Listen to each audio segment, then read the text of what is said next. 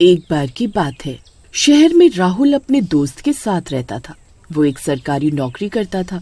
फिर एक दिन गांव से उसकी माँ का फोन आता है। राहुल बेटा, कैसे हो? मैं ठीक हूँ माँ। बेटा, तुम्हारे लिए गांव के सरपंच की बेटी का रिश्ता आया है। उन्हें एक सरकारी नौकरी करने वाले लड़के की तलाश थी, इसलिए उन्होंने अपनी लड़की की शादी के लिए तुम्हारा हाथ मांगा है। ठीक है माँ, जैसा आपको अच्छा लगे। जहाँ आपकी मर्जी होगी मैं वहीं शादी कर लूंगा। ठीक है बेटा, तू कल ही ट्रेन पकड़कर गांव आ जा। यहाँ जब तक मैं शादी की तैयारियां करवाती हूँ। ठीक है माँ, मैं कल आता हूँ। फिर राहुल ट्रेन पकड़कर अपने गांव पहुँच जाता है।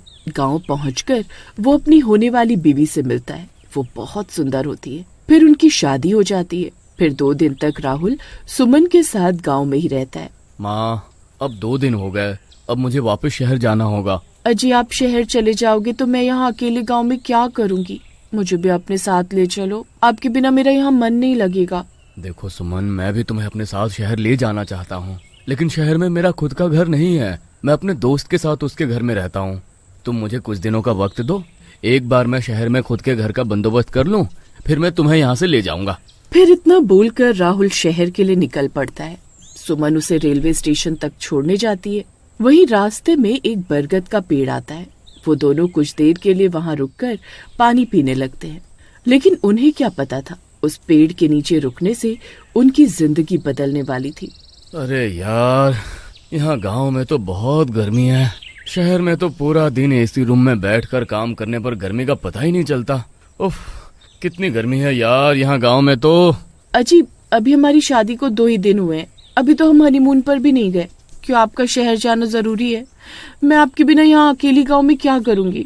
क्या आप कुछ दिनों के लिए और छुट्टियाँ नहीं ले सकते? उनकी ये सब बातें उस बरगद के पेड़ पर बैठा वो भूत सुन रहा होता है।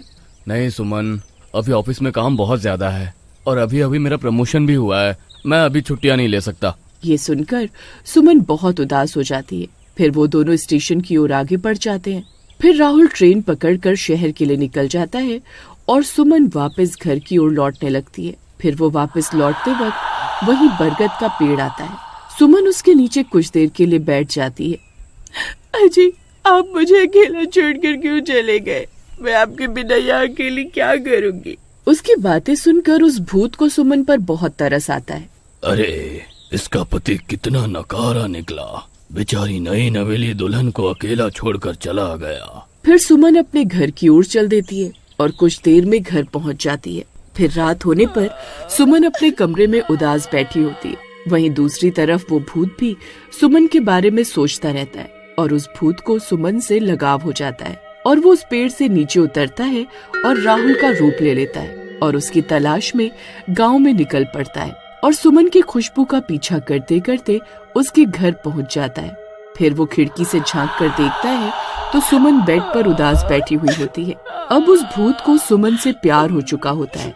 फिर भूत सुमन को खिड़की से आवाज देता है, सुमन, सुमन देखो, मैं आ गया। राहुल को खिड़की में देखकर सुमन खुशी से पागल हो जाती है। अजी, आप वापस आ गए।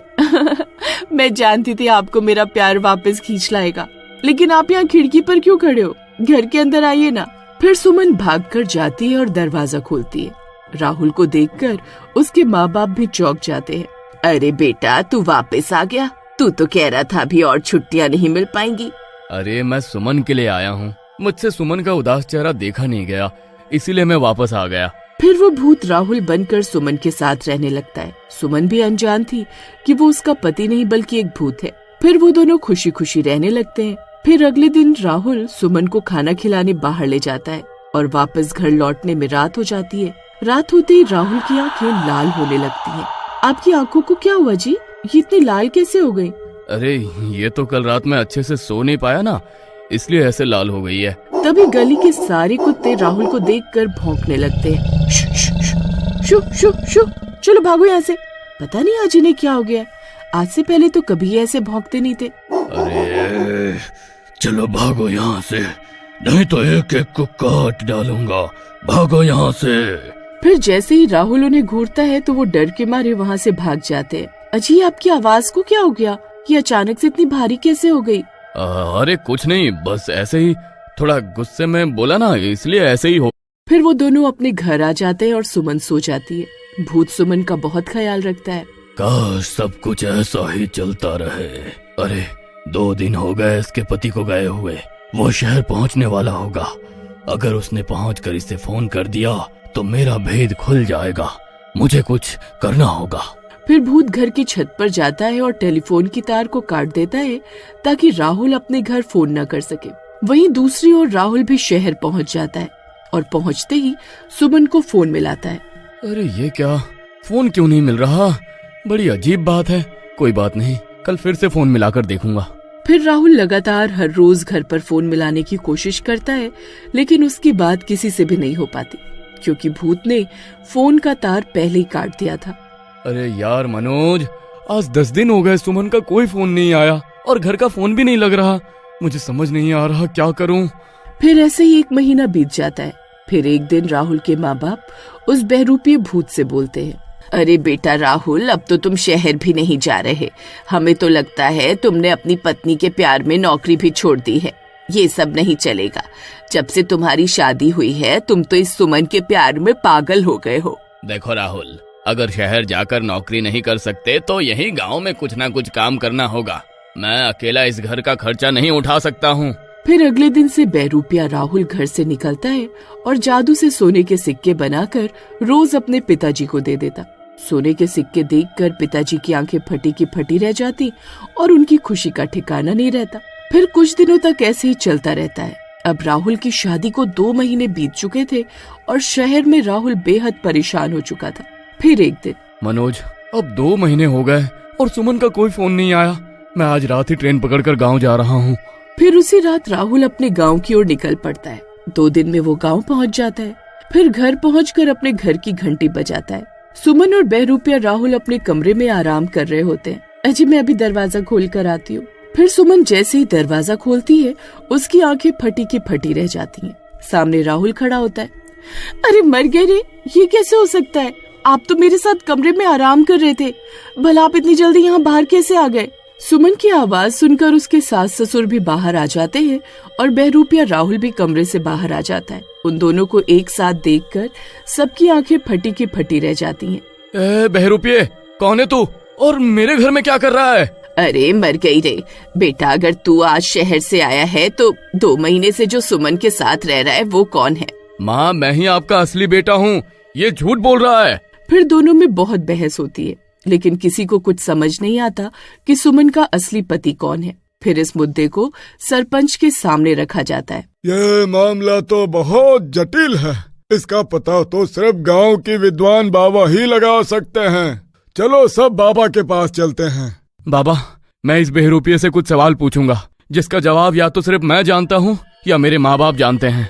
फिर राहुल गांव वालों के सामने बहरूपिये से कुछ सवाल पूछता है, लेकिन बहरूपिया सारे सवालों का सही सही जवाब दे देता है।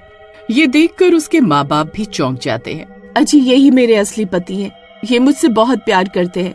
अगर ये बहरूपिये होते तो मुझे कोई न कोई नुकसान जरूर पहुंचाते, लेकिन पिछले 2 महीनों में इन्होंने मेरा बहुत ख्याल रखा। मैं इनके साथ ही रहना चाहती हूँ। जो ये आदमी शहर से आया यही बहरूपिया है। ये तुम क्या कह रही हो सुमन? मैं ही तुम्हारा असली पति हूँ। बाबा भी ये देखकर चौंक जाते हैं। फिर बाबा भूतिया राहुल की आंखों में देखते हैं और अपनी शक्तियों से ये मालूम कर लेते हैं कि ये राहुल नहीं भूत है। तो ये बात है, मुझे इस भूत की असलियत सबके सामने लानी होगी। फिर बाबा अपने थैले से एक कांच की बोतल निकालते हैं और बोलते हैं, जो भी सुमन से ज्यादा प्यार करता है उसे सुमन के प्यार की सौगंध है। वो अभी के अभी इस बोतल के अंदर समा जाए। अरे नास मीठे बूढ़े, सठिया गया है क्या? ये कैसी बहकी बहकी बातें कर रहा है? अब मैं अपना प्यार कैसे साबित करूं? तभी बहरूपिया राहुल सुमन की ओर देखता है और बोलता है, सुमन, आज पहली बार किसी ने मुझे मेरे प्यार की सौगंध दी है। मुझे पता है ये बाबा मुझे इस बोतल में कैद करना चाहता है, लेकिन फिर भी मुझे अपने प्यार को साबित करने के लिए इस बोतल में जाना होगा। मैंने तुमसे सच्चा प्यार किया है सुमन, और आगे भी करता रहूंगा। अलविदा, अलविदा। फिर इतना बोलकर भूत बोतल के अंदर चला जाता है और बाबा उसे कैद कर लेते हैं। ये सब देखकर गांव वालों की आंखें फटी की फटी रह जाती है। राहुल और उसके घर वाले भी अपने बेटे को वापस पाकर बहुत खुश थे, लेकिन अपने असली पति को वापस पाकर भी सुमन खुश नहीं थी, क्योंकि वो भी उस बहरूपिये से प्यार करने लगी थी। फिर बाबा उस भूत को लेकर वहाँ से चले जाते हैं। अगर आप इसका पार्ट 2 देखना चाहते हैं तो कमेंट कीजिए।